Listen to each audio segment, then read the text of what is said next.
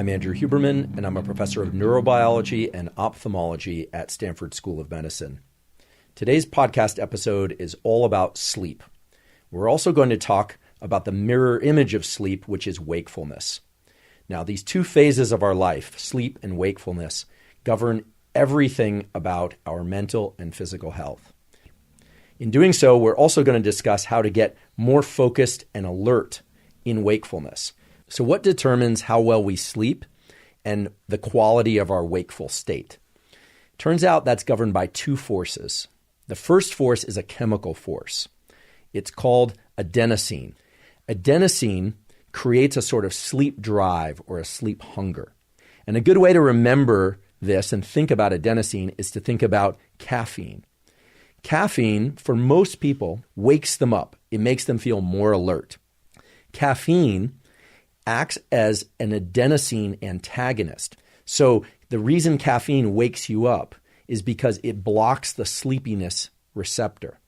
It blocks the sleepy signal. And caffeine has a lot of health benefits. It also, for some people, can be problematic for health. It can raise blood pressure, etc. Caffeine increases this molecule that's a neuromodulator that we call dopamine, which tends to make us feel good, motivated, and give us energy, because dopamine is related to another neuromodulator called epinephrine, which gives us energy. In fact, epinephrine is made from dopamine. So let's just take a step back and think about what we're talking about when we're talking about sleepiness. If you've ever pulled an all-nighter, you'll notice something interesting. As morning rolls around, you'll suddenly feel an increase in your energy and alertness again, even though adenosine has been building up for the entire night. Now, why is that? The reason that is because there's a second force which is governing when you sleep and when you're awake. And that force is a so-called circadian force. Circadian means about a day or about 24 hours. And inside all of us is a clock that exists in your brain and my brain and the brain of every animal that we're aware of that determines when we want to be sleepy and when we want to be awake. The most powerful thing that's governing when you want to be asleep and when you want to be awake is light. And in particular, it's governed by sunlight. So regardless of how well you slept at night or whether or not you were up all night, most people tend to wake up sometime around when the sun rises. When you wake up in the morning, you wake up because a particular hormone called cortisol is released from your adrenal glands. Your adrenal glands sit right above your kidneys, and there's a little pulse of cortisol. There's also a pulse of epinephrine, which is adrenaline, from your adrenals and also in your brain, and you feel awake. Now, that pulse of cortisol and adrenaline and epinephrine might come from your alarm clock. It might come from you naturally waking up. But it tends to alert your whole system in your body that it's time to increase your heart rate, it's time to start tensing your muscles, it's time to start moving about. It's very important that that cortisol pulse come early in the day, or at least early in your period of wakefulness. So let's think about what happens when we do this correctly and how to do it correctly. When we wake up, our eyes open. Now, if we're in a dark room, there isn't enough light to trigger the correct timing of this cortisol melatonin thing, these rhythms. You might say, well, why won't any light do it? Well, it turns out that these neurons in our eye that set the circadian clock and then allow our circadian clock to set all the clocks of all the cells and organs and tissues of our body responds best to a particular quality of light and amount of light. And those are the qualities of light and amount of light that come from sunlight. So these neurons, what they're really looking for, although they don't have a mind of their own, is the sun at what we call low solar angle.